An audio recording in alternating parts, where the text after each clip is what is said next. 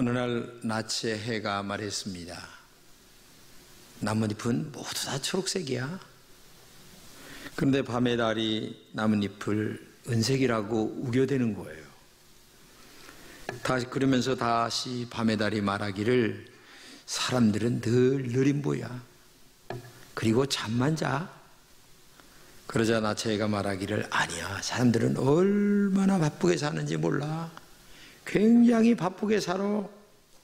그러자 밤의 달은 그렇지 않다고 우기면서 이렇게 막 싸움이 벌어졌어요. 그러니까 지나가던 바람이 말하기를 아니야. 너희들이 하는 말이 다 맞기도 하고 또 다 틀리기도 한단다. 해가 볼 때처럼 초록색일 수도 있고 밤의 달이 볼 때처럼 은색일 수도 있겠지만은 나는 밤에도 돌아다니고 낮에도 돌아다니기 때문에 밤도 보고 낮도 보는데 낮에는 사람들이 분주하게 살다가 밤에는 조용하게 쉬는 것이 인간들이야. 낮에는 햇볕이 쨍쨍 내리기 때문에 초록색으로 보이지만 밤에는 달빛이 보이기 때문에 은색으로 보이는 거야.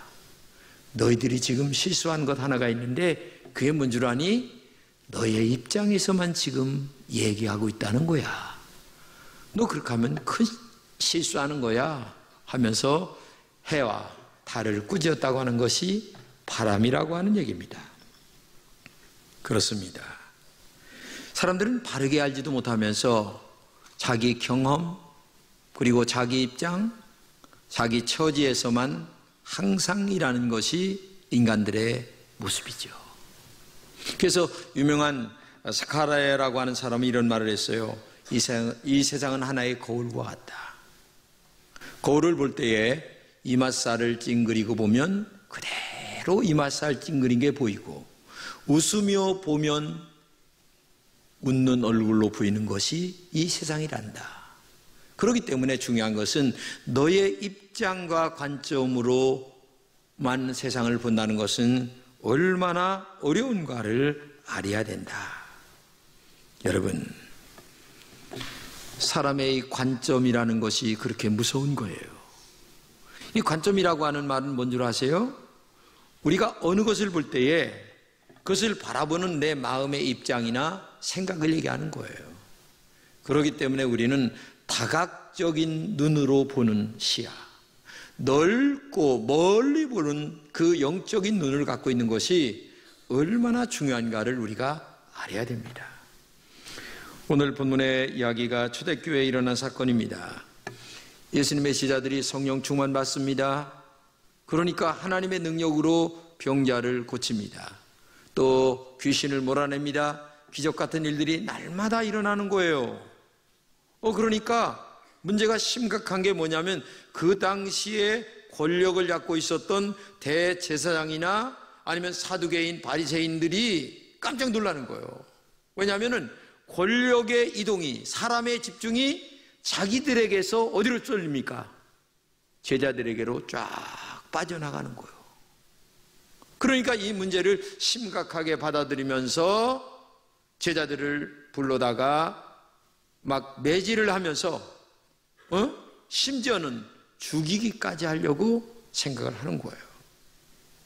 그때 가말리엘이라고 하는 아주 그 유명한 교법사가 있는데 이 사람이 가만히 생각해 보니까 이게 뭐가 잘못됐거든요. 그러니까 이 중재안을 내는데 정말 묘한 중재안을 가지고 나옵니다. 그 전에 있었던 역사적 사건 두 가지를 가지고 나오는데 정말 묘한 이야기를 가지고 나오는 거죠. 드다의 이야기를 합니다. 드다가 얼마 전에 너희들도 알다시피 굉장히 똑똑하고 훌륭한 사람이었다. 그래서 이 사람이 아주 사람들이 400명이나 그를 따랐는데 드다가 잘못하여 죽게 됐다. 이 사람이 죽으니까 따르던 사람들 400명이 뿔뿔이 흩어졌다. 이거는 바로 드다 한 사람에 의하여 만들어진 정책이기 때문에 시간이 가니까 자연히 없어진 거다. 유다의 길을 또 합니다. 유다는 로마 정부에 반감을 들고 동족들에게 로마의 세금을 내지 말자 이렇게 선동을 했어요. 그러니까 많은 사람들이 또 따랐어요. 근데 이 사람이 붙잡혀서 총사령을 당하니까 한마디로 얘기해서 사람들이 다 없어졌어요. 이 두 가지 예를 들면서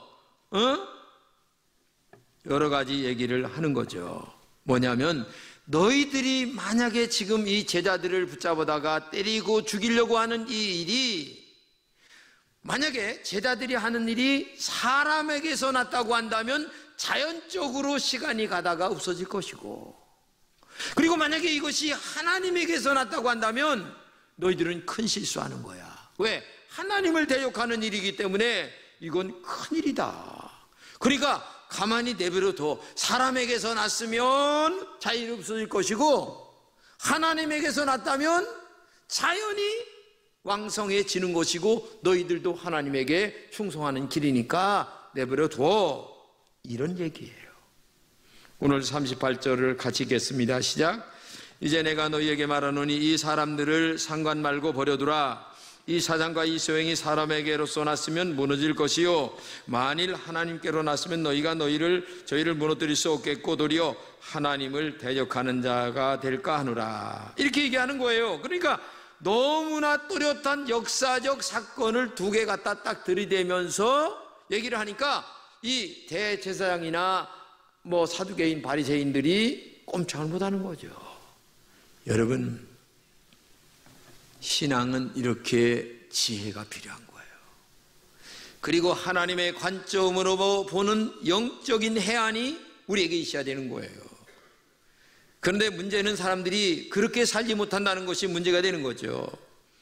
가말리엘은 존경받는 사람이었기 때문에 그의 말에 권위가 있었고, 그 권위가 있는 말 한마디가 문제를 아름답게 풀어나가는 좋은 결과를 만들게 됐다는 얘기입니다. 우리는 여기서 두 가지를 생각해 보려고 합니다. 첫째는 대제사장이나 바리새인들은 사람의 관점으로만 어떤 사건을 바라보았다고 하는 문제인 거죠. 제자들은 병자를 고치고 귀신을 몰아내고, 이렇게 되면 사람들이 바리새인과 사두개인들에게서 집중되었던 많은 사람들이 누구에게 쏠려갑니까? 제자들에게 시선이 따라가고 사람들이 글로 끌려가게 돼 있어요. 그러면 다른 말로 얘기하면 자기들의 위치가 위태위태해졌다는 얘기예요. 왜? 이 짝에 자기를 따르던 무리들이 제자들로 따르게 되니까, 그러니까 한마디로 얘기하면 먹고 사는 문제에 지장이 있을 것 같다라는 생각이 들으니까 무슨 수를 써서라도 제자들의 일을 지금 방해하고, 그리고 제자들을 죽이려고 한다는 그런 일을 보고 있는 거죠. 그런데 놀랍게도 오늘 우리가 살아가는 삶의 현장에는 이런 일들이 비일비재한다는 거죠. 모든 것들을 자기 입장에서 생각하고 결론 내리고, 그리고 모든 일을 결정하는 사람들이 너무나 많다는 얘기예요. 우리가 교회 봉사합니다. 교회 봉사는 나의 이익이나 손해 때문에 하는 게 아니에요. 오직 하나님의 영광을 위해서 하는 것이죠. 그렇게 하는 것이 믿음이고, 그런 것이 하나님을 기쁘게 하는 거고, 그게 진정한 신앙인의 본질이거든요. 그런데 우리가 실수하는 것이 있어요. 교회 봉사를 하면서도 언제나 나의 입장이나 나의 관점으로만 모든 일을 하려고 한다는 겁니다. 이 일을 통해서 하나님께 어떻게 영광을 돌릴까 먼저 생각하지 않아요. 이 일을 통해서 하나님의 교회가 잘 될까 이렇게 생각하지 않아요. 이것 때문에 내가 기분 나빠, 이것 때문에 내가 자존심이 상해서, 그래서 교회고 하나님이고 난 없어, 이런 식으로 접근을 한다는 게 문제라는 얘기죠. 만약에 여러분들이 교회 봉사를 하고 신앙생활을 하고 아니면 어디 가서 직장생활을 하는데 내 관점과 내 시각과 내 유익과 이익으로만 어떤 것들을 접근해 간다면 그 자체가 잘못된 거예요. 신앙인은 하나님의 관점으로만 봐야 됩니다. 사회는 여러 가지 입장에서 조명해 가면서 어떤 것들을 접근해 가는 시각이 있어야 되는데, 자기의 입장, 내가 손해볼까? 이익될까? 여기에 초점이 맞춰서 어떤 일을 결정한다면 그것은 굉장히 큰 실수를 가져온다는 사실을 우리가 알아야 됩니다. 오늘의 교회에 문제가 생기는 일도 여기에 있습니다. 하나님을 먼저 생각하고 교회를 먼저 생각하고 내가 이렇게 말할 때 교회 처음 나온 어린 영혼들이 얼마나 상처를 받을까 이렇게 생각하면서 말을 조심하고 행동도 조심해야 되는데 자기 입장만 생각하고 얘기를 하는 거란 말이죠. 그러면 어떻게 되겠습니까? 결과가 문제가 심각해지는 거예요. 제가 잘 아는 어느 교회가 있는데 약 2,000명 정도 모이는 교회예요. 먼저 계신 목사님께서 목회를 잘해가지고 2,000명 모여서 후배에게 이제 교회를 물려줬어요. 근데 이 후배가 가서 목회를 잘못한 거야. 자기 고집대로 목회를 하다가 교인들과 부딪혔습니다. 저에게 연락이 왔고 그 친구는 이 교회를 문제 해결을 위하여 여러 사람들에게 자문을 구했어요. 근데 저에게도 연락이 와서 제가 얘기를 했습니다. 제일 먼저 생각할 게 교회다. 교회가 안정적으로 잘 정리돼야 된다.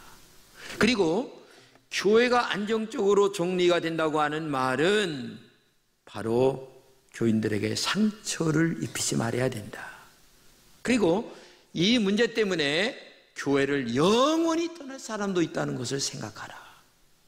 그러면서 내가 주문하기를 3년 동안에 내가 해결할 테니 걱정하지 마시고 조용해 주시기 바랍니다. 만약에 3년 만에 내가 해결이 안 된다면 내가 교회를 사임하겠습니다 라고 하는 얘기를 해서 3년 전에 내가 다른 교회를 찾아가든지 무슨 해결책을 내놓겠습니다 라고 얘기를 했고, 다른 사람들은 고소를 하라고 얘기를 했어요.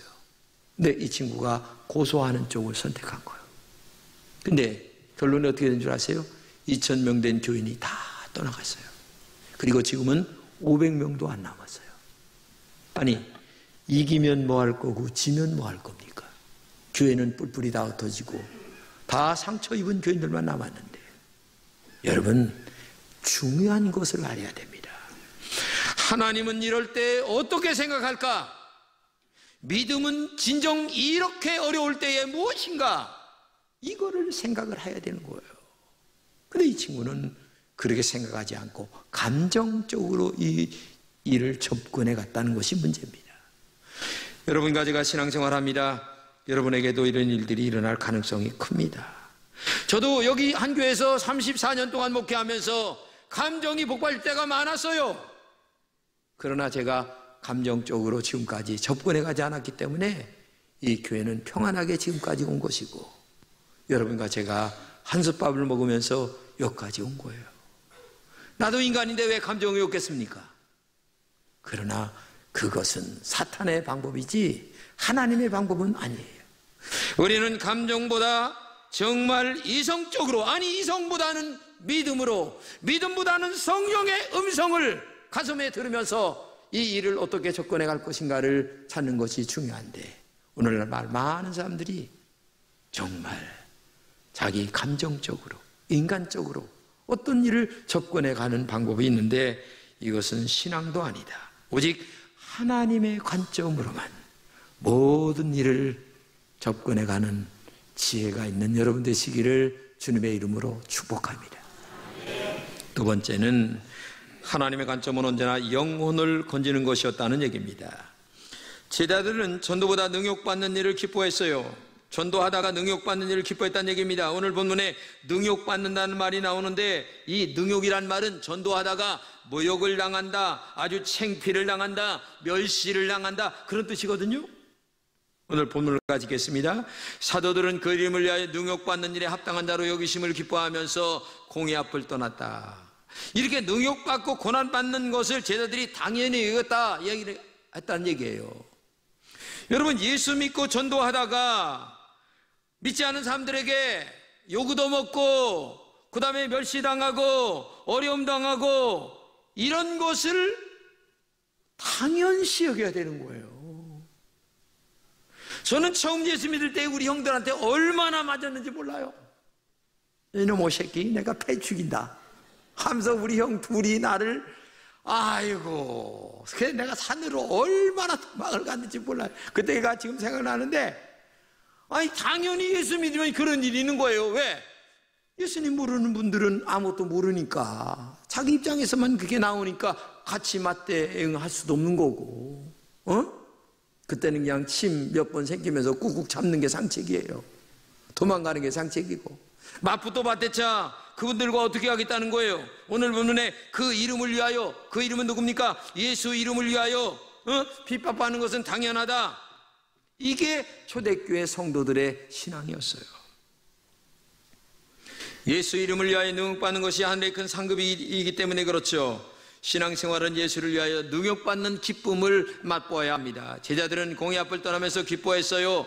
매 맞으면서도 기뻐했어요. 복음을 전하다 당연히 굴욕을 당하는 것을 기뻐했다는 얘기예요. 오히려 주를 위하여 고난당하는 것이 합당하다 이렇게 여겼어요. 그래서 하나님께 감사하고 기뻐하면서 날마다 성전에 있든지 집에 있든지 예수는 그리스도다 이걸 가르치기를 쉬지 않았다고 얘기했잖아요. 초대교회 제자들은 그들이 살아가는 삶의 전부가 복음을 위해서 살았습니다. 복음 전하다 죽을 수도 있었어요. 왜? 제자들은 복음을 전하는 일에 생명을 바칠 수 있겠느냐? 그 복음 자체가 영생하는 생명이기 때문에 영원히 사는 하늘의 생명이기 때문에 제자들은 생명을 걸고 복음을 전할 수밖에 없었죠.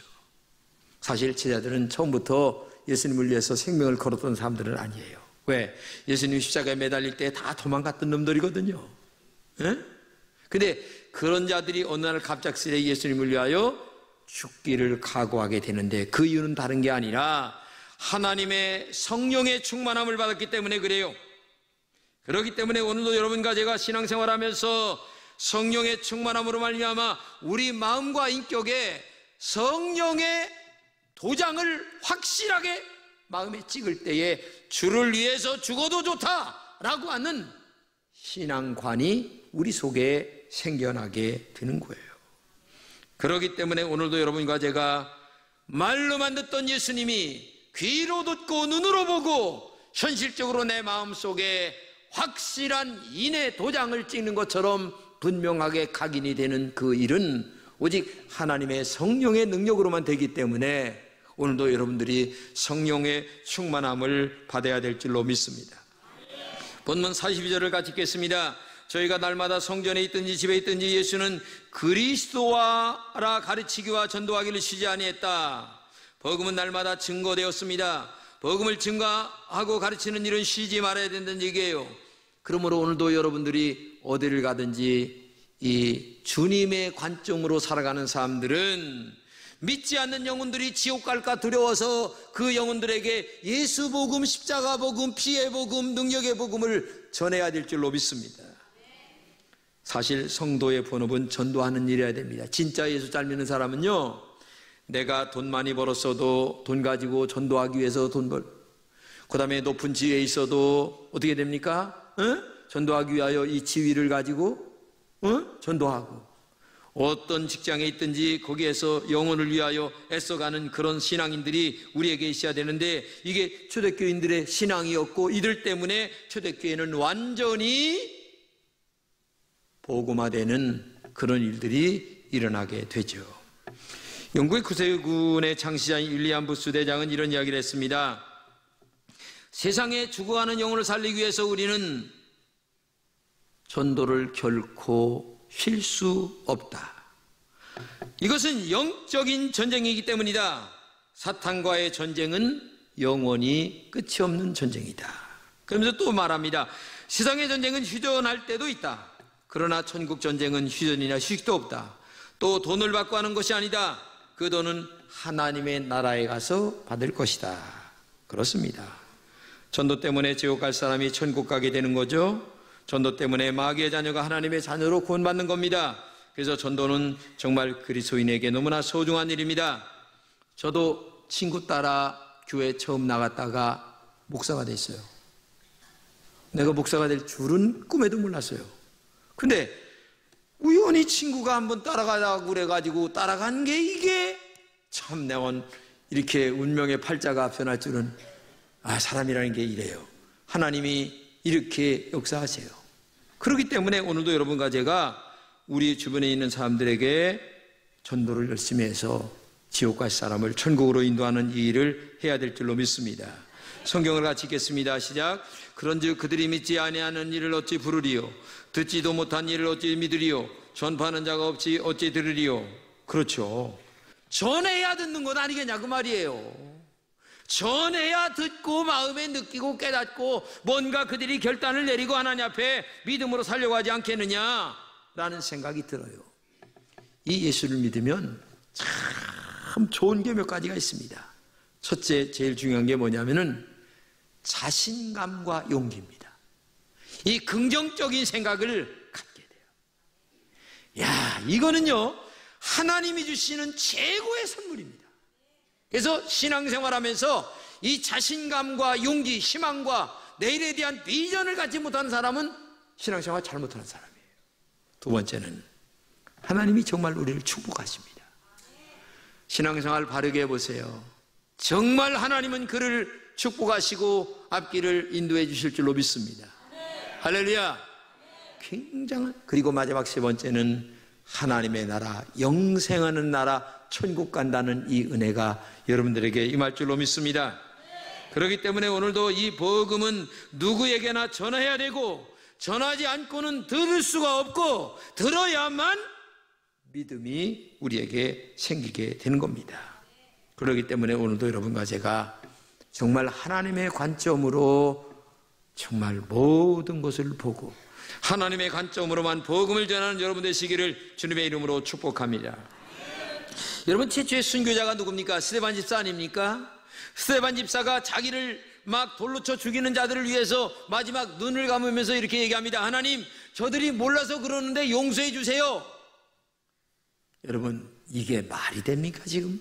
자기를 위하여 돌을 던져 지금 막 죽이는 자들을 위하여 저들이 몰라서 그러니 용서해 달라고 하는 이 기도가 보통 기도가 아니에요. 이게 바로 예수님이 하신 기도를 스데반 집사가 했고, 오늘도 저와 여러분이 진정한 그리스도인이라고 한다면 나를 핍박하고 나를 원망하고 나를 능욕하는 자들에게 몰라서 그러니 용서해달라고 하는 이 기도를 통하여 그들의 영혼을 주께로 인도하는 따뜻한 신앙인의 근본적 모습을 여러분들이 보여야 될 줄로 믿습니다. 근데 우리는 뭐라 그러는 줄 아세요? 나를 능욕하고 핍박하는 자들, 하나님 제 왼수를 좀 갚아주세요. 그러니 그 기도가 상달이 되겠습니까? 안 됩니다. 죽어도 안 됩니다. 스데반 집사처럼 용서해 주세요, 이 기도가 상달되는 거예요. 그렇기 때문에 신앙인은 변화가 돼야 되는 거예요. 스데반 집사처럼 변화가 되어서 나를 능욕하는 자들을 위하여 사랑으로 감싸 안고 주님의 관점으로 그들을 용서하고 사랑하는 이 마음이 우리에게 있을 때에 진정한 하나님의 사람으로서의 아름다운 결과를 가져오게 될 줄로 믿습니다. 결국 이 일 때문에 사울이 변화되어 바울이 되고, 그 위대한 바울을 통하여 하나님의 복음의 역사는 이 땅에 온 천하에 퍼지는 역사가 나타나겠다는 것이 성경의 이야기입니다. 오늘도 누가 누군지 모르겠지만은 이 청주 도성에는 믿지 않는 자들이 90%입니다. 근데 그 90% 중에 하나님이 예비한 백성들이 너무나 많다는 것을 알아야 돼요. 그렇기 때문에 아파트에서 오르내릴 때에 전해야 됩니다. 예수 믿고 천국 가라고. 난 그래요. 아파트 타면 저는 22층에 사는 김진홍 목사입니다. 딱 먼저 얘기하고 시작합니다. 내가 목사인 줄 다 알아요. 아래 중에 뭐냐, 라인에 있는 사람. 그러면 아침에 내가 타면은 다 인사. 목사님 어디 가세요? 자기 신분을 노출시켜야 전도가 되지. 늘 얘기지만 밥 먹는데도 손이라도 이렇게 잡고서 주여 감사합니다, 주신 거 잘 먹고 건강하게 하시고, 뭐 이렇게 기도해야 되는데 땀 씻는 기도하는 거, 주여 감사합니다. 누가 예수 믿는 사람인 줄 알겠어요? 응? 세상에 생각해 보세요. 근데 여기 그런 분들이 많아. 어디 가서 나 예수 믿는다는 표시를 안 낸 사람들이 많아요. 그건 짝퉁이야.